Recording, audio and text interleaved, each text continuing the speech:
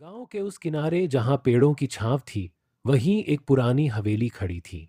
हवेली के पास ही एक छोटी सी नदी बहती थी, जिसकी लहरें हर सुबह नई कहानी कहती थीं।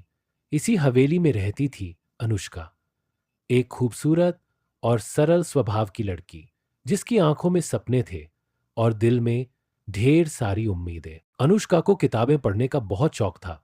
हर रोज वह नदी किनारे बैठकर अपनी पसंदीदा किताब पढ़ा करती। एक दिन जब वह किताब में खोई हुई थी, तभी उसे एक आवाज सुनाई दी। क्या मैं यहां बैठ सकता हूं?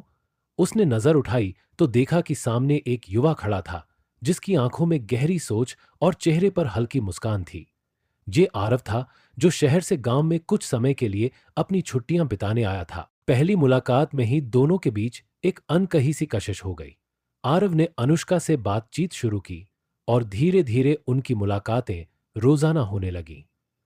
आरव को अनुष्का की सरलता और उसकी बातों में छुपी गहराई बहुत पसंद आई, और अनुष्का को आरव का मुस्कुराते हुए उसकी हर बात सुनना अच्छा लगने लगा। समय बीतता गया और दोनों की दोस्ती धीरे धीरे प्यार में बदल गई। लेकिन उनकी इस खूबसूरत कहानी में एक मुश्किल आनी बाकी थी। आरव के परिवार वाले उसे गांव में बसाने के लिए तैयार नहीं थे, और अनुष्का का दिल सिर्फ अपने गांव से जुड़ा था। एक दिन आरव ने अनुष्का से कहा, मैं तुम्हें कभी खोना नहीं चाहता, लेकिन हमें एक रास्ता निकालना होगा।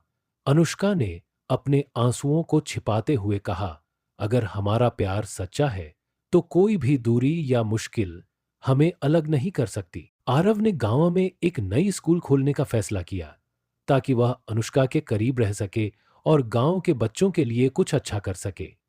यह निर्णय आसान नहीं था, लेकिन अनुष्का के साथ खड़े होकर उसने हर चुनौती का सामना किया।